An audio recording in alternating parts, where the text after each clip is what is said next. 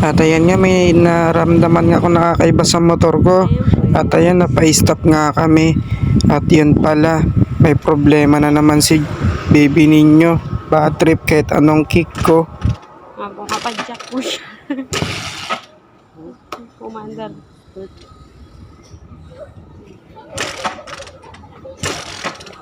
Sobrang bad trip ko na naman. Kakapaayos pa nga lang, ayun na naman siya.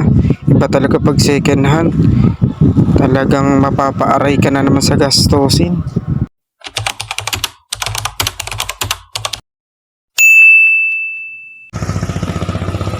Ayan nga, paalis na nga kami ni Kaberot.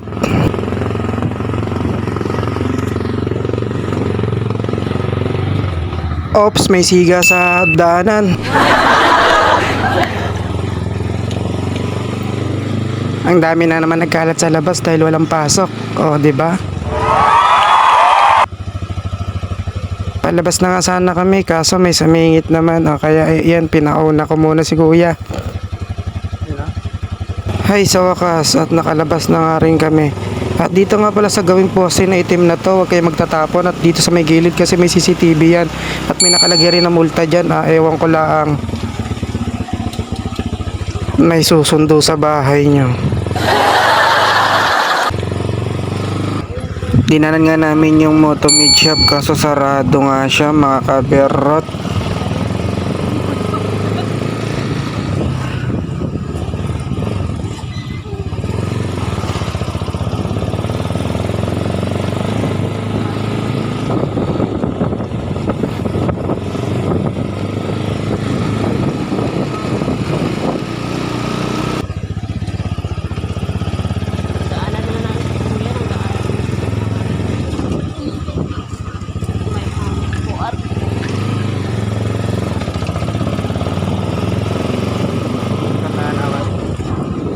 Naramdaman ko nga, mga kaberot, nag-iba ang tunog ng aking motor.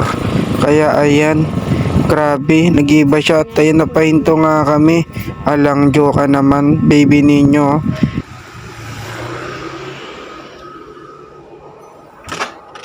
Ayan, ayaw niya mag-start pero may gas naman yung aking ang aking tangke.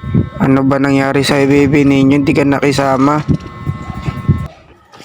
Napababa nga kami, kaya yan, maglalakad na lang daw si Kaberot kasi malilate na siya. Pambihira ka, bibi ninyo, kakagastos mo lang, gastos na naman ulit, sakit mo sa ulo. Thanks for watching.